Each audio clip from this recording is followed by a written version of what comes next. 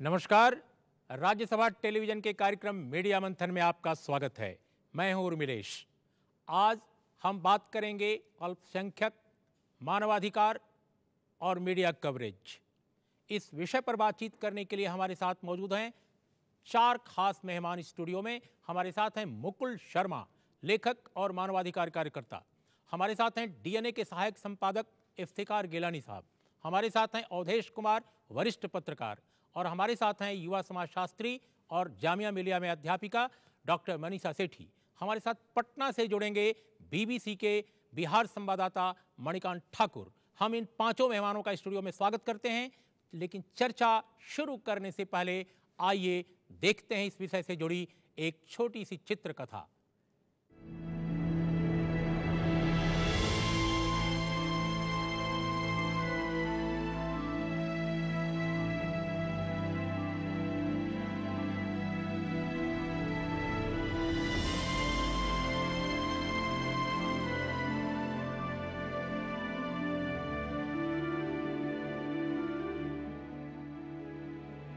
बीते दिनों पुणे की यरवदा जेल में इंडियन मुजाहिदीन के कथित आतंकी कतील सिद्दीकी की हत्या कर दी गई। एक दूसरी घटना में सऊदी अरब में रहने वाले फसीह मोहम्मद लापता हो गए। इस गुमशुदगी के बारे में भारत और सऊदी अरब का कहना है कि मामले को लेकर उन्हें अब तक कोई सुराग हाथ नहीं लगा है। ये दोनों घटनाएं ऐसी थीं जिनको लेकर भारतीय मुसलमान खासे नाराज हैं। देश में कई जगह प्रदर्शन हुए। दिल्ली में गृहमंत्री के आवास पर प्रदर्शन कर रहे 50 से ज्यादा लोगों को गिरफ्तार कर लिया गया। लेकिन मामले को कवर करने पहुंचे ज्यादातर टीवी चैनलों पर वो खबर नहीं चली। गिरफ्तारी के कई मामलों में पीड़ित पक्ष का आरोप रहा है कि मीडिया का रवैया निरपेक्ष नहीं है। जब आतंकवाद के नाम पर गिरफ्तारियां होती हैं तो मीडिया उसे हेडलाइन बनाकर उछालता है, लेकिन जब लोग निर्दोष बरी होते हैं तो खबर कहीं भीतर दफन हो जाती है। सवाल ये है कि क्या मीडिया अल्पसंख्यक समुदाय के प्रति पूर्वाग्रह रखता है? दक्षिण भारत के कुछ हिस्से में मीडिया ने लव मैरिज को जिस तरह लव जिहाद के तौर पर प्रचारित किया, क्या उसे निरपेक्ष रिपोर्टिंग कहा जा सकता है? असल में मीडिया जिस तरह की तस्वीर हमारे बीच पेश करता है वो लोगों के जहन में लंबे समय के लिए टंग जाती है। मदरसे को मीडिया ने हमारे बीच जिस तरह से पेश किया वो एक तरह से डराने वाला है। ईसाई मिशनरीज की रिपोर्टिंग पर गौर करें तो मीडिया का जोर धर्म परिवर्तन पर सबसे ज्यादा रहता है। फतवा, तुगलकी फरमान और तालिबानी फैसला जैसे शब्द ही मीडिया को क्यों बेहतर लगते हैं? और अखबारी चुटकुलों में मजाक के पात्र हमेशा कोई सिख नाम ही क्यों होता है? ये एक बड़ा सवाल है। दिलीप खान, राज्यसभा टीवी। मुकुल, बातचीत की हम आपसे करना चाहते हैं। दरभंगा जिले का जो बाढ़ समेला गांव है, वहाँ फसीह मोहम्मद की जो कहानी है, ये वही गांव है जहां से 2-3 सालों में 14 लोग गिरफ्तार किए गए हैं और एक जैसे जुर्म, एक जैसे आरोप, एक जैसे शिकायत के नाम पर। लेकिन फसीह मोहम्मद की कहानी अद्भुत है कि एक लड़का जो इंजीनियर है, मैकेनिकल इंजीनियर है, बहुत पढ़ाई में खर्च करके गया है पैसा कमाने ताकि अपने परिवार को, अपने घर को बेहतर बना सके, और अचानक वो सऊदी अरब में गिरफ्तार कर लिया जाता है। लेकिन कुछ भी पता नहीं चलता मीडिया में, मीडिया कवरेज नहीं होता। सिर्फ कुछ वेबसाइट्स पर या लोकल अखबारों में ये कहानी छपी और उसके माध्यम से दूर दूर तक इसकी जानकारी लोगों को मिली। तो क्या आपको लगता है कि वाकई जो माइनॉरिटीज़ के मसले हैं, खासकर जब उन पर इस तरह की बातें होती हैं जो शिकायत आरोप के अभी दायरे में हैं, तो वो उसका कवरेज प्रॉपर नहीं होता? देखिए, दो बात शुरू में ही खुलासा करना चाहता हूँ कि आज के संदर्भ में जब आप माइनॉरिटी की बात कर रहे हैं तो सीधे सीधे हम मुसलमान की बात कर रहे हैं, और जब जब मीडिया की बात कर रहे हैं तो हम काफ़ी कुछ जो कॉरपोरेट मीडिया है, जो राष्ट्रीय या प्रादेशिक मीडिया है, जो व्यावसायिक घरानों से निकलता है, उसकी बात कर रहे हैं। अब जहाँ तक ये फसीह हों या सुल्तान हों या मोहम्मद हों,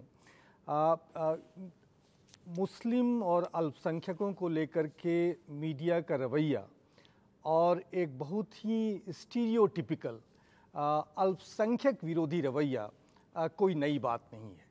आप 9वें दशक को याद कीजिए, बाबरी मस्जिद के विध्वंस का समय याद कीजिए, रथ यात्राओं का समय याद कीजिए, और उसके बाद का भी कई समय याद कीजिए जब मीडिया ने हिंदू समर्थक और अल्पसंख्यक विरोधी और मुसलमान विरोधी काफ़ी खुल के रवैया अख्तियार किया था और कई अध्ययन कई इस तरह के मुकाम हमारे सामने आए हैं। खुद मैं अपने पुराने अध्ययन पढ़ रहा था, मुस्लिम एंड न्यूज़, समाचार पत्र और सांप्रदायिकता, ये सारे 9वें दशक के अध्ययन जो हैं बताते हैं कि कैसे मीडिया ने मुस्लिम विरोधी दुष्प्रचार किया है। अब नई बात उसमें ये है कि उग्रवाद के नाम पे और अति उग्रवाद के नाम पे कैसे मुसलमानों को इन पर्टिकुलर खास करके निशाना बनाया गया है और देश के अलग अलग कोने में बनाया गया है।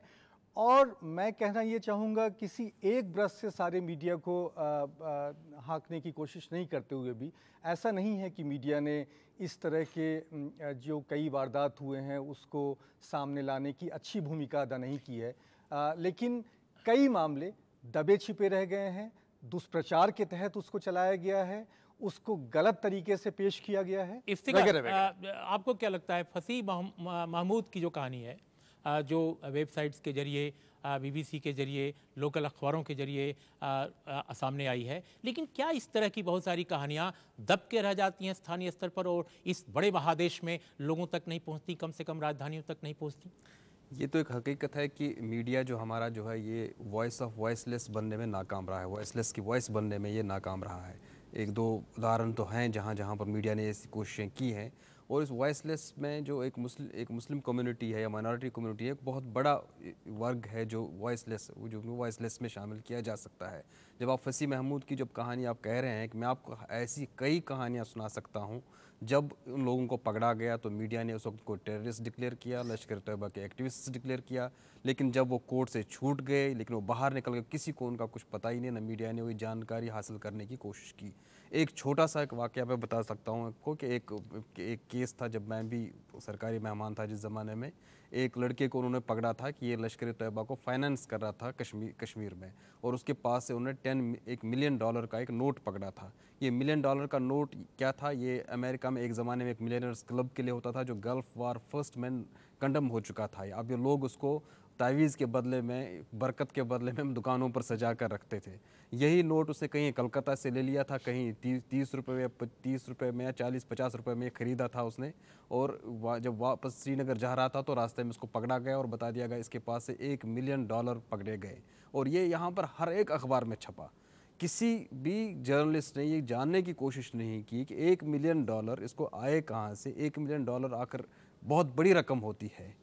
तो लेकिन ये शख्स जो है 5 साल जेल में रहा, और 5 साल जेल में रहने के बाद जब ये बाहर निकला, किसी को इसकी ज़रूरत भी महसूस नहीं हुई कि ये मालूम करने की है कि इसकी आखिरी केस ख़त्म क्यों हुआ, ये $1 मिलियन गए कहाँ, ये किसके पास हैं अब ये $1 मिलियन, क्या गवर्नमेंट ऑफ इंडिया का फॉरेन एक्सचेंज में चले गए, कहाँ गए, किसी को जानने की ज़रूरत महसूस नहीं। अवधेश जी, क्या आपको लगता है कि आज़ादी की लड़ाई के समय जो हमारे देश के राष्ट्र नेता थे और अग्रदूत थे जो हमारी आज़ादी की लड़ाई के, और सबका एक मंशा सबकी थी कि इस देश में हर कोई भारतीय की तरह महसूस करे और कोई भेदभाव जाति को लेकर, वर्ग को लेकर, धर्म को लेकर ना हो, लेकिन जो मीडिया कवरेज जिस तरह से अभी भी दिखाई दे रहा है इस देश में, क्या आपको लगता है कि दीवारें वाकई बहुत ऊंची हैं और काफ़ी दूरी बनी हुई है लोगों में, एहसास के स्तर पर, भावना के स्तर पर? देखिए, जब हमारा ये देश जो है और हमारे देश की सत्ता, यहाँ की पूरी संरचना आम मनुष्य के प्रति ही संवेदनशील नहीं बन पाया आज तक, जो कि आज़ादी की लड़ाई की आप बात कर रहे हैं, तो वो भाव कैसे पैदा होगा? लेकिन हम सब लोग जो बात कर रहे हैं वो एक पक्ष है पूरे पहलू का। आप स्वयं नीचे स्तर पर पटना से लेकर आपने पत्रकारिता की है और स्थानीय स्तर पर हम सब लोगों ने उस प्रकार के मुद्दे उठाए हैं, लेकिन अब आतंकवाद के नाम पर कोई मुसलमान गिरफ्तार हो, उसको मानवाधिकार का मामला बना दिया जाए, तो इससे मैं सहमत तब तक नहीं हो सकता हूं जब तक यह साबित नहीं हो जाए कि वो आतंकवादी नहीं है। वो जो पुणे जिस घटना की आपने जिक्र की वो दुखद है, लेकिन किसी का मृत्यु हो जाना जेल में, उससे यह सत्यापित नहीं होता कि जिस आरोप के तहत वो गिरफ्तार हुआ है वो आरोप भी गलत है। और हम सबका यह अनुभव है कि ऐसी खबरों के लिए पत्रकार ज्यादातर पुलिस पर निर्भर करते हैं। पुलिस जो ब्रीफ करती है वही है। न तो हमारे पास इतना समय होता है, न हमारे पास इस प्रकार की व्यवस्था होती है कि हम अलग से जाके छानबीन करें, तात्कालिक बात होती है। और सबसे बढ़ के बात उर्मिलेश जी कि हमारा जो अपना दृष्टिकोण होता है वो सारी खबरों पर हावी होता है। हम अब चलते हैं सीधे बिहार। मणिकांत जी, मैं आपसे जानना चाहता हूं, क्या आपको लगता है कि इस तरह की कहानियां, चाहे वो आजमगढ़ जिले का सराय मीर हो, संजरपुर इलाका हो या बाढ़ समेला गांव हो, जहां काफी संख्या में, काफी तादाद में लड़कों को सिर्फ शिकायत के आधार पर, सिर्फ शंका और संदेह के आधार पर गिरफ्तार किया गया, क्या आपको लगता है इससे पूरे माहौल को, पूरे इलाके को एक तरह के विद्वेष में ढकेलने के पीछे कहीं ना कहीं जो एजेंसीज हैं उनके साथ मीडिया कवरेज का जो एकांगीपन है वो भी जिम्मेदार है? देखिए उर्मिलेश जी, सबसे पहले तो मैं ये सूचना सही कर दूं कि बाढ़ समेला गांव से 4 लड़के अब तक गिरफ्तार हुए हैं, लेकिन वे जो 14 की जो बात है वो मधुबनी और दरभंगा जिले के कई गांवों को मिला के है। मतलब 6-7 गांव इस तरह के हैं मधुबनी और दरभंगा जिलों में, जहां से अब तक 14 लड़के इस तरह से पकड़े गए हैं।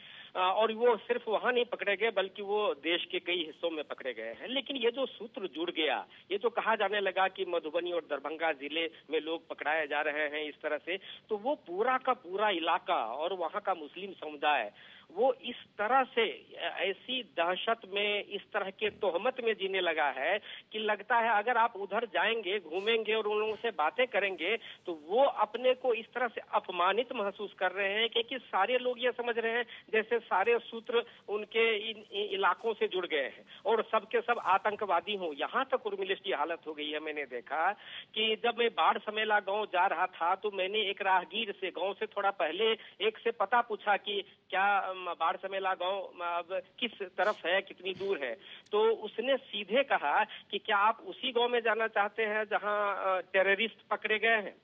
अब वो टेररिस्ट है नहीं है ये तो बात दूर जाने दीजिए, उन्होंने ये उसकी पहचान उस तरह से हो गई है। जब उनके माँ बाप से, उनके भाई बंधु से जब मैंने बातें की तो वो इस तरह से परेशान थे, कह रहे थे कि ये हो क्या गया है। अब हम लोग यहाँ कोई रिश्तेदारी नहीं करना चाहता, हमारी बिरादरी के लोग मुसलमान। मणिकांत जी, हम आपसे बातचीत जारी रखेंगे। हमारे साथ मनीषा सेठी बैठी हैं जो अध्यापिका हैं जामिया में।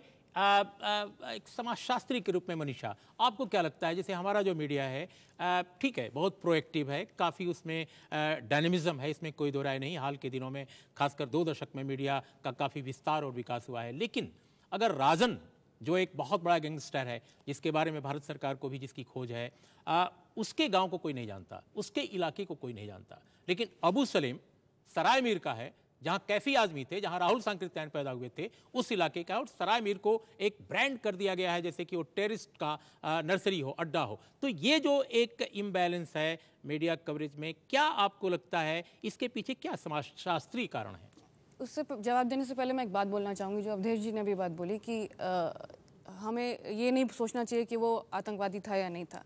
लेकिन देखिए ये हो क्या रहा है कि जितना ये डिस्कोर्स चालू हुआ है, मीडिया कवरेज और सिक्योरिटी एक्सपर्ट्स जो आकर के तमाम टीवी चैनल्स पे बैठ करके अपनी राय देते हैं, उससे हुआ क्या है, जो प्रिंसिपल ऑफ नेचुरल जस्टिस है वो ठीक अपने सर पे खड़ा कर दिया गया हम लोगों ने। अब हम ये नहीं बोलते कि हम अभी से कैसे कह दें कि ये आतंकवादी था या हम उसको निर्दोष कैसे मान लें, जबकि प्रिंसिपल, जो लीगल प्रिंसिपल वो ये है कि guilty innocent till proven guilty.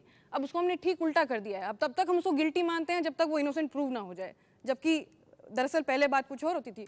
और जैसे ही मामला अगर मुसलमानों का हो, तो कश्मीरी हो, मुस्लिम हो, तो आप सीधे हुजी, लश्कर, सिमी और अब इंडियन मुजाहिदीन आप कह करके उसको उसके बाद कोई सवाल करने के लिए कोई मौजूद नहीं है। जो आंतरिक सुरक्षा, नेशनल सिक्योरिटी का हुआ हमने इतना ज़्यादा बढ़ा दिया है कि कोई सवाल पूछने को तैयार नहीं है, चैनल हेड्स पूछने को तैयार नहीं है, और जो एडिटोरियल लाइन एडिटर के कमरे से निकलती है वही सीधे क्राइम रिपोर्टर तक जाती है।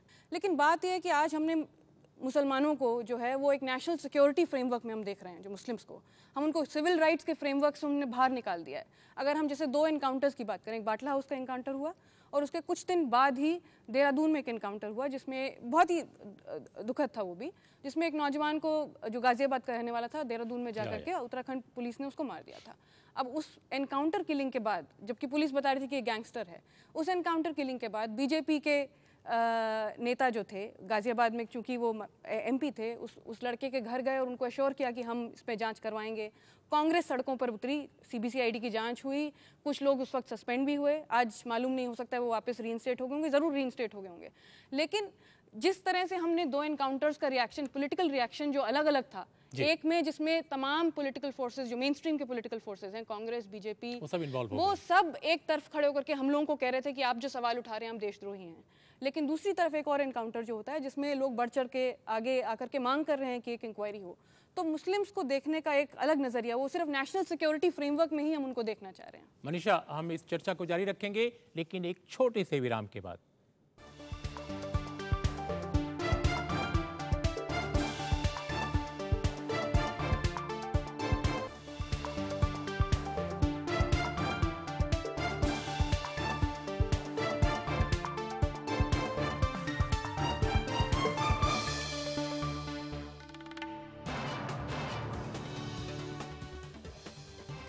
मुकुल, मनीषा जो कह रही हैं, जिस फ्रेम की बातें कर रही हैं कि देखने का एक चश्मा है एक तरह के मामलों को और दूसरे तरह के मामलों को देखने का दूसरा चश्मा है। इस बीच में अवधेश जी ने भी बात कही कि भाई किस तरह से पुलिस पर निर्भर है बहुत सारी रिपोर्टिंग, हमारी क्राइम रिपोर्टिंग। हमने इफ्तिकार गिलानी के मामले में देखा कि किस तरह पुलिस जो कह रही थी उसको रिपोर्ट कर रहे थे लोग, और घर पर जो घटना घट रही थी इनके उसको बिल्कुल नज़रअंदाज कर रहे थे। और जब वो ये कह रहे थे कि इनके घर के सामने बड़ी बड़ी गाड़ियां खड़ी होती हैं, तो उनको ये भी शायद नहीं मालूम था कि इनके घर कोई गाड़ी ही नहीं है। लेकिन हम जो आपसे सवाल पूछना चाहते हैं वो ये कि जो पुलिस में और पैरामिलिट्री फोर्सेज में, चाहे वो ATS हो या बहुत सारी जो आतंक रोधी जो एजेंसीज बनी हैं, उनमें जो माइनॉरिटीज़ कम्युनिटीज़ का जो परसेंटेज है वो सच्चर कमेटी के रिकमेंडेशन के बावजूद, बहुत सारी जो और दंगों पर जो कमीशंस बनते हैं, रिपोर्ट्स आती हैं, उनके रिकमेंडेशन के बावजूद आज तक अचीव नहीं किया जा सका। बामुश्किल 3 या 4% इस तरह का कुल मिलाकर आंकड़ा आता है। मीडिया में भी हाल वही है। क्या आपको लगता है कि जो पुलिस और मीडिया दोनों में जो माइनॉरिटीज़ कम्युनिटी के जो लोगों की संख्या बहुत कम है, वो भी इसके पीछे कोई कारण है या जिम्मेदार है कुछ हद तक? देखिए, संक्षेप में एकदम हाँ कहूँगा, क्योंकि आपने जो बात कही है वो कई आयोगों ने, कई रिपोर्टों ने, कई विशेषज्ञों ने बार बार उठाई है, दोहराई है, संस्तुतियाँ हुई हैं मीडिया को लेके भी और इस तरह के पुलिस और फौजी जो हमारे हैं उसको लेके भी, लेकिन उस पर मुकम्मल अमल हुआ नहीं है। तो निश्चित तौर पे इस दिशा में कार्रवाई होनी चाहिए। लेकिन देखिए, ये एक पहलू है मीडिया में अल्पसंख्यकों की और पुलिस महकमे में उनकी भागीदारी बढ़े, लेकिन इसके साथ साथ ये बात यह है कि जब तक जो रूल ऑफ लॉ कहते हैं और जो नेचुरल जस्टिस है उसकी स्थापना समाज में और हमारे सरकारी गैर सरकारी महकमों में मुकम्मल तरीके से नहीं की जाती है, तब तक इस तरह के वाक़ये अल्पसंख्यकों को लेकर, मुसलमानों को लेकर, नागरिक अधिकार कार्यकर्ताओं को लेकर, जो अपने जंगल ज़मीन की लड़ाई लड़ रहे हैं उनको लेकर लगातार देश के अलग अलग कोनों में दोहराई जाती रहेगी। और मुसलमान ख़ास तौर पे इन पर्टिकुलर, अल्पसंख्यक इन पर्टिकुलर इसके निशाने पे आते रहेंगे। मानव अधिकारों के नज़रिए से हर सिटीजन का एक अधिकार होता है, उसके जीवन का अधिकार, उसके मानवीय अधिकारों का अधिकार, उसकी स्थापना कैसे हो इसकी बात। लेकिन इफ्तिकार, आपने अपनी किताब में जो चर्चा की है कि बहुत सारी ऐसी जेलें हैं, खासकर जिन जेलों में आप, जिस जेल में आप थे वहाँ भी आपने पाया कि बहुत सारे पश्चिम उत्तर प्रदेश के बहुत साधारण घरों के लड़के गिरफ्तार हैं ऑफिशियल सेक्रेट एक्ट के वायलेशन के तहत, और उनके पास कोई उनका को आर्गू करने वाला नहीं है, कोई वकील ठीक से नहीं मिल पाता, और इसलिए बहुत साधारण से मामलों में जो बिल्कुल उन पर चस्पा नहीं होते और वो साल दर साल जेल में रह जाते हैं। क्या मीडिया इस पर बिल्कुल गौर नहीं करता सिर्फ इसलिए कि वो माइनॉरिटीज कम्युनिटी के लोग हैं? मेरे ख्याल में अगर आप ये इस बहस को मैं एक दूसरे पर लेना चाहता हूँ कि यहाँ दिल्ली में पॉपुलेशन मुसलमानों की 11% है, शायद दिल्ली पूरी स्टेट में, लेकिन दिल्ली के तिहाड़ जेल में मुसलमानों की पॉपुलेशन जो है वो इस वक्त तकरीबन 35% है। 35% है, लेकिन 34.5 थी, 34.5% ऑलमोस्ट है। और मैं जब चंद साल पहले, 1-2 साल पहले Tata institute of social sciences का एक वर्कशॉप था जेलों के ऊपर, तो मुख्तलिफ जेलों से जो उनके हेड्स आए थे, तो मैंने उस वक्त भी जब ये आंकड़े वहाँ पर मैंने कहा किस तरह की, तो हर एक जेल के अफसर ने कहा कि हमारे यहाँ भी यही हाल है। झारखंड के DGP थे उस वक्त, उसने कहा कि हमारे यहाँ तो इससे भी ज़्यादा मुसलमान हैं जेलों में। और बॉम्बे की जो आर्थर रोड जेल थी उस वक्त वो बॉम्बे ट्रायल हो ही रही थी, उस वक्त तकरीबन 49% मुसलमान थे आर्थर रोड जेल में। इस वक्त भी पता नहीं क्या पोजीशन होगी, लेकिन मेरे ख्याल में ये तो एक खुद एक बहुत बड़ी अचंभे की बात है। एक ऐसी अगर पॉपुलेशन जो है जिसकी तकरीबन 11% 13% है, लेकिन जेलों में ये पॉपुलेशन 25% से ज़्यादा है तकरीबन हर जगह है। तो अवधेश जी, क्या इसको कहेंगे कि सबसे अधिक देशद्रोही, सबसे अधिक अपराधी सिर्फ माइनॉरिटीज कम्युनिटी में हो रहे हैं, या कहीं न कहीं इस व्यवस्था के चलाने वालों का नजरिया ही गड़बड़ है? नहीं, इसको दूसरे रूप में देखना पड़ेगा। देखिए, मेट्रोपॉलिटन सिटीज़ में इस प्रकार की स्थितियां हैं, लेकिन वही पटना के बेऊर जेल में आप जाएंगे तो मुसलमानों की संख्या इतनी ज़्यादा नहीं है, मुजफ्फरपुर की जेल में इतनी ज़्यादा नहीं है, पुणे की जेल में इतनी ज़्यादा नहीं है। लेकिन इस समय जो इन्होंने उठाया है ना कि सिक्योरिटी के फ्रेमवर्क में देखना, देखिए सुरक्षा भी एक मनुष्य के नाते हमारा अधिकार है और उस सुरक्षा को सुनिश्चित करना राज्य की जिम्मेवारी है। तो ये जो हम बात कर रहे हैं ये बड़ा डेलिकेट इशू है। लेकिन अवधेश जी, मैं आपसे जानना चाहता हूं, आपको याद होगा कंधमाल, वहां मुस्लिम कम्युनिटी नहीं थी, वहां क्रिश्चियंस थे, वहां पर दर्जनों क्रिश्चियंस जो गरीब क्रिश्चियंस थे वो मारे गए।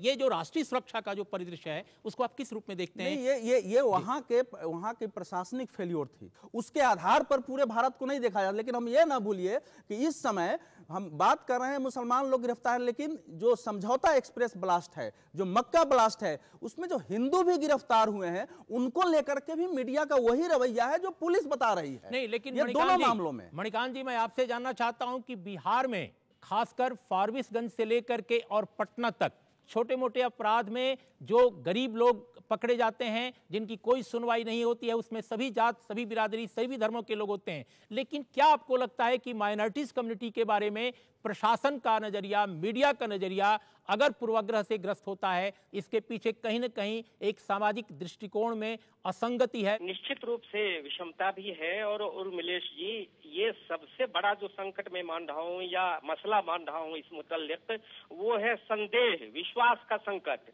शक के दायरे में है पूरा मुस्लिम समाज। अब बताइए, जब मैं घूम रहा था तो जब मैं पूछता था कि ये तो भाई सिर्फ शक है, इतने लोग 2007 से गिरफ्तार होते चले जा रहे हैं बिहार में, लेकिन कोई आरोप तो सिद्ध हो नहीं रहा है, ये सब हो क्या रहा है? तो जानते हैं दूसरे कम्युनिटी के लोगों का की क्या प्रतिक्रिया थी? वो कहते थे, अरे आप क्या कह रहे हैं, आप लोग पत्रकार यूं ही बात को बना रहे हैं और उनको आप निर्दोष साबित कर रहे हैं। धुआं अगर है तो आग जरूर होगी। मनीषा, आपको क्या लगता है, यरवड़ा जेल में जिस तरह कतील सिद्दीकी की हत्या की गई और दो ऐसे लोगों ने हत्या की, उनकी ये लॉजिक थी जो हमने अखबारों में पढ़ी कि साहब इसको न्यायालय, सरकार, पुलिस पता नहीं इसकी जांच पड़ताल में क्या पनिशमेंट देगी, हो सकता है ये बच जाए, इसलिए बेहतर है इसको अभी हम इसको खत्म कर डालते हैं। तो ये एक न्याय करने का दुस्साहस कि हम न्याय करेंगे, ये क्या लगता है? जी, आपको याद होगा कि जब खालिद आजमी जो वकील थे बम्बई में, उनको गोली मार के हत्या कर दी गई थी उनके दफ्तर के अंदर बम्बई में। तो उस वक्त जो पहला बयान मुंबई पुलिस का आया था वो ये था कि राष्ट्रवादी जो सेक्शंस हैं अंडरवर्ल्ड के, वो इसके पीछे हैं। तो और अभी फिर इस तरह की बातें, चर्चाएं आ रही हैं कि ये जो गैंग है जिन्होंने मारा है वो हिंदुत्ववादी थे, वो राष्ट्रवादी थे। इस तरह की बातें आ रही हैं कि वो एंटी नेशनल फोर्सेस को ख़त्म करना चाहते थे। तो ये लगातार ये मतलब किस तरह का ये डिवीज़न बता रहे हैं कि मुसलमान होना सीधे सीधे एंटी नेशनल है, और चाहे अंडरवर्ल्ड हो, छोटा राजन नेशनलिस्ट हैं और अबू सलेम एंटी नेशनल हैं। इफ्तिकार, ये अपराध का जो सांप्रदायिकरण है, मुझे लगता है कि आपने अपने निजी जीवन में भी काफ़ी इसका एहसास किया होगा, इसको कदम कदम पे आपने इसको महसूस किया होगा, क्योंकि आप ही ने अपनी किताब में दर्ज किया है कि जब अखबारों में खबर छपती थी, जब आप जेल में थे, तो आप पर वहाँ क्या गुजरती थी और वो पूरा ब्यौरा आपने दिया है। तो क्या आपको लगता है कि मीडिया जो स्पॉट पे जाकर इन्वेस्टिगेट करने और एक खुले दिमाग से चीज़ों को देखने के बजाय एक चश्मे से देखने का जो अंदाज आ गया है, वो आपको क्या लगता है कहीं ना कहीं समाज से आ रहा है? मैंने मीडिया के दोनों रूप देखे हैं। जो पहले 2 महीने मेरे अपने जेल में थे, उस वक्त जिस तरीके से मीडिया ने बिहेव किया और मुझे उस वक्त वही भुगतना पड़ता था अंदर जेल में। और जिस वक्त जिन लोगों को जो है, जो आप कह रहे हैं, जिन लोगों को मुझे सबक सिखाने के लिए रखा गया था वहाँ पर, उनमें से एक रेपिस्ट था, उसने कई रेप किए हुए थे, और दूसरा कोई मल्टीपल मर्डर्स में था। और जो मुझे राष्ट्रवाद का सबक सिखाने के लिए जिनको रखा गया था मेरे लिए, मुझे वहाँ पर जो मुझे उल्टा टांगते थे, जो मुझे पीटते थे, और जिनके काम ही यही था कि मुझे जो है जितना तंग कर सकते हैं मुझे इतना तंग किया जाए जेल की। यही मीडिया जब मीडिया को समझ में आ गया कि जब मीडिया ने डिफरेंट स्टोरीज देना शुरू कर दिया, तो ये other हक side। देना शुरू कर दिया, तो मेरे लिए जेल में आसानी भी शुरू हुई। इस तो अवधेश समय जी, मेरे को और आपको भी पकड़ नहीं, मैं ये जानना चाहता हूं कि अगर इस देश में एक प्रतिष्ठित पत्रकार को, जो कश्मीर टाइम्स का उस समय ब्यूरो चीफ रहा हो, जिसके बारे में इस देश में, इस धरती पर कहीं पुलिस में कहीं कोई शिकायत दर्ज ना हुई हो, अगर वो जेल में जाता है किन्हीं कारणों से, उसको गलत तरीके से फंसा करके भेजा जाता है, और वहां पर जिस तरह से उसके साथ व्यवहार होता है, मीडिया कवरेज जो होता है उसके आधार पर, जो चीज़ें पुलिस से छन कराती हैं उसके आधार पर, क्या आपको लगता है ये पूरे के पूरे सिस्टम में, पुलिस हो, एजेंसीज हो या मीडिया, कहीं ना कहीं एक क्रूरता है? बिल्कुल जय, खासकर 13 सितंबर 2001 के पार्लियामेंट पर अटैक के बाद भारत में एक वातावरण बना है, जो अयोध्या मूवमेंट के साथ धीरे धीरे खत्म हुआ था, वो वातावरण बना है। इसको केवल मैं हिंदू और मुसलमान के मामले में छांट के नहीं देखता हूं, ये तो भारत के, अभी इंग्लैंड में दंगा हुआ, वहां एक डंडा पुलिस ने नहीं चलाया और दंगे रुक गए।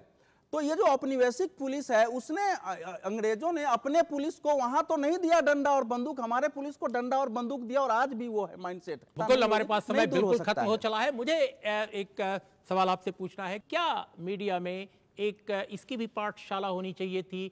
कहीं ना कहीं ट्रेनिंग का अभाव है मीडिया में, जो एक सेकुलर संविधान वाले देश में मीडिया का जो अंदाज है कई मामलों में बहुत ढीला, बहुत ही यूं कहा जाए कि बहुत कैजुअल होता है। तीन चीज़ बहुत संक्षेप में। एक कि मीडिया और मुसलमान का रिश्ता एक बेहद दर्द का रिश्ता है, एक रिश्ता हुआ रिश्ता है। दूसरा ये कि नहीं, लेकिन नॉर्थ ईस्ट के लोगों के साथ भी मीडिया का जो एटीट्यूड है दिल्ली में या कहीं भी, वो भी आप देख लीजिए। हाँ, लेकिन आज मैंने केवल फोकस मुसलमानों पे किया, लेकिन हाँ, आप उसको एक्सटेंड कर सकते हैं।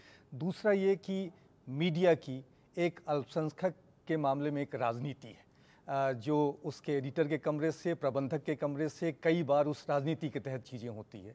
तीसरी बात, आपकी बात का समर्थन करते हुए, कि जैसे मीडिया को मानवाधिकार के संदर्भ में, जेंडर के संदर्भ में, कई और संदर्भों में खास तरह के प्रशिक्षण की, संयम की, सादगी की ज़रूरत है, वैसे ही मुसलमानों के और अल्पसंख्यकों के संदर्भ में रिपोर्टिंग करते हुए बहुत तरह के समझदारी की, प्रशिक्षण की, सोच की, संवेदना की, कई तरह की चीज़ों की ज़रूरत है। मुझे लगता है मुकुल की इस बात के साथ हम आज की चर्चा का समापन कर सकते हैं कि ज़रूरत है एक सही ढंग के, सही परिप्रेक्ष्य के प्रशिक्षण की, एक ऐसी ट्रेनिंग की ज़रूरत है जिससे एक बेहतर दृष्टिकोण विकसित किया जा सके। और मीडिया को ही केवल उसकी ज़रूरत नहीं है, मुझे लगता है कि एजेंसीज़ को भी ज़रूरत है। इस देश की पुलिस, इस देश की तमाम एजेंसीज़ को, इन्वेस्टिगेटिव एजेंसीज़ को, और जो नई नई एजेंसीज और बनाई जा रही हैं आतंकवाद को रोकने के नाम पर, उनमें भी इस बात की ज़रूरत है, क्योंकि भारत का संविधान सेकुलर, भारत का संविधान जनतांत्रिक होने की हमें सीख देता है। और इस विमर्श को आगे बढ़ाते हुए हमें लगता है कि साइंटिफिक टेम्पर अगर हमें विकसित करना है तो सेकुलरिज्म को उसकी बुनियाद बनाना पड़ेगा। इन शब्दों के साथ हम पांचों मेहमानों का बहुत बहुत धन्यवाद व्यक्त करते हैं।